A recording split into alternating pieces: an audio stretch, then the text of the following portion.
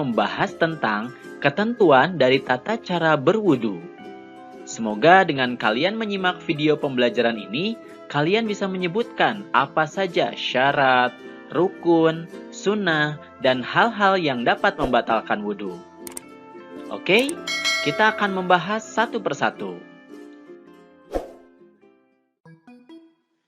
Adik-adik, hal pertama yang akan kita bahas adalah tentang syarat wudu. Apa itu syarat? Syarat adalah sesuatu yang harus dipenuhi sebelum melaksanakan suatu ibadah tertentu. Nah, agar ibadahnya sah dan diterima oleh Allah Subhanahu wa Ta'ala, maka syarat-syarat ini harus dipenuhi.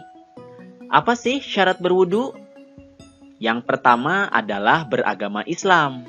Tentu saja ya, jika kalian tidak beragama Islam, maka wudunya tidak akan sah atau tidak akan diterima. Kemudian yang kedua adalah mumayyiz, yaitu orang yang sudah dapat membedakan perbuatan benar dan salah. Nah, kalian sudah bisa kan?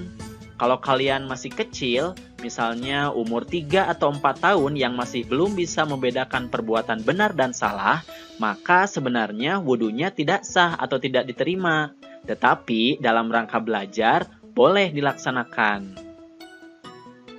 Kemudian yang ketiga adalah tidak berhadas besar. Nah, hadas adalah keadaan diri yang kotor menurut Islam karena telah terjadi sesuatu pada dirinya. Misalnya, kalau perempuan ada kalanya nanti keluar darah haid. Nah, itu adalah salah satu contoh yang menjadikan dirinya berhadas besar. Dalam video lainnya, kita akan bahas tentang hadas ya. Yang keempat adalah menggunakan air suci dan menyucikan. Nah, jadi kalau airnya kotor itu tidak bisa digunakan untuk wudu. Kemudian yang kelima, syarat wudunya adalah tidak ada yang menghalangi sampainya air ke kulit.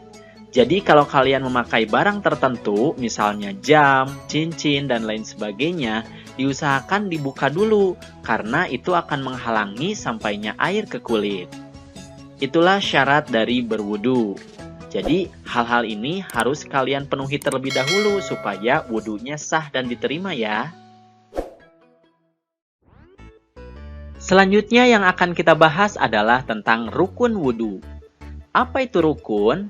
Rukun adalah hal-hal yang harus dilakukan dalam suatu ibadah. Artinya, jangan sampai terlewat atau tidak dilakukan. Karena jika terlewat, maka ibadah tersebut tidak sah atau tidak akan diterima, bahkan batal. Nah, ini adalah rukunnya. Yang pertama adalah niat. Niat ini bisa dibaca dalam hati atau diucapkan. Kemudian yang kedua adalah membasuh muka.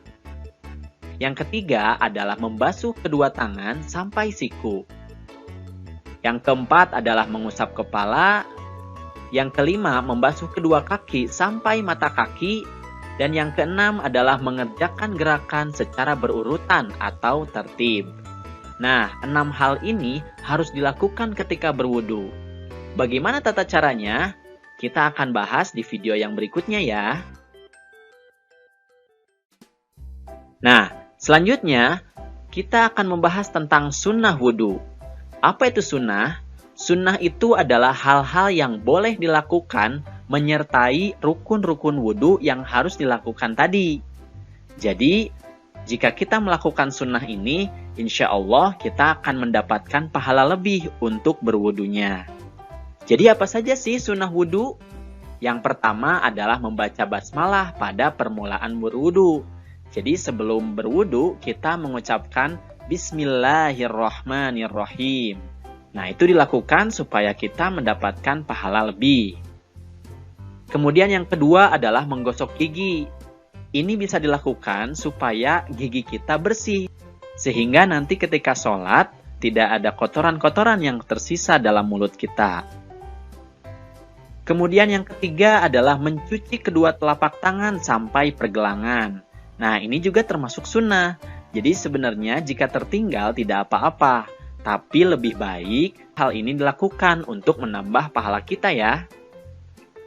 Yang keempat adalah berkumur dan membersihkan hidung. Nah, ini termasuk sunnah. Jadi boleh sebenarnya tertinggal. tetapi sebaiknya dilakukan bersamaan dengan rukun wudhu tadi. Yang kelima adalah mengusap seluruh kepala dan mengusap kedua telinga. Ini juga termasuk sunnah ya. Yang keenam adalah mendahulukan anggota wudhu yang kanan daripada yang kiri. Jadi ketika kalian melakukan gerakan-gerakan wudhu, kalian dahulukan anggota wudhu yang sebelah kanan dulu. Misalkan tangannya tangan kanan dulu. Kemudian kaki kanan dulu. Setelah itu baru yang kiri. Nah, itu adalah sunnah dalam berwudhu. Kemudian yang ketujuh adalah membaca doa selesai berwudhu. Nah, ini adalah sunnah-sunnah wudhu yang bisa kita lakukan untuk melengkapi pahala kita dalam berwudhu. Tidak susah kan? Jadi sebaiknya kita lakukan supaya pahala kita dalam berwudhu bisa maksimal. Selanjutnya yang akan kita bahas adalah hal-hal yang bisa membatalkan wudhu. Nah, hal-hal ini jika terjadi pada diri kita, maka wudhunya akan batal dan kalian harus mengulangi wudhunya lagi.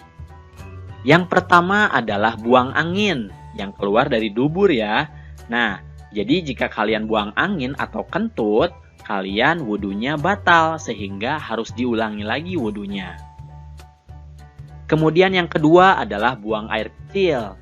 Nah, jika kalian buang air kecil atau pipis, kalian akan batal wudhunya, jadi harus diulangi lagi. Kemudian yang ketiga adalah buang air besar. Nah, ini juga bisa membatalkan wudhu. Yang keempat adalah menyentuh kubul atau dubur dengan telapak tangan. Nah, jika kalian melakukan ini, maka wudhu kalian juga akan batal. Kubul atau dubur itu adalah alat organ tubuh kalian untuk membuang air kecil dan buang air besar. Jadi jangan disentuh ya kalau wudhu kalian tidak mau batal. Yang kelima adalah tidur. Nah, ini juga bisa membatalkan wudhu. Jadi setelah wudhu, kalau mau sholat jangan tidur dulu, tapi harus langsung sholatnya. Kemudian yang keenam adalah hilang akal karena mabuk atau gila. Nah, ini juga bisa membatalkan wudhu. Jadi kalian harus benar-benar sadar ketika kalian berwudhu. Nah, ini adalah hal-hal yang bisa membatalkan wudhu. Jadi, jika hal-hal ini terjadi pada diri kalian, maka kalian harus mengulangi lagi wudhunya jika hendak melaksanakan sholat. Oke adik-adik, itu saja video pembelajaran tentang ketentuan berwudhu. Semoga kalian bisa menyebutkan syarat, rukun, sunnah, dan hal-hal yang dapat membatalkan wudhu ya. Nah, setelah memahami video ini, sekarang kalian berarti sudah siap untuk berwudhu. Oke adik-adik, itu saja video pembelajaran yang bisa kakak sampaikan. Jika masih ada pertanyaan, silahkan tulis di kolom komentar ya.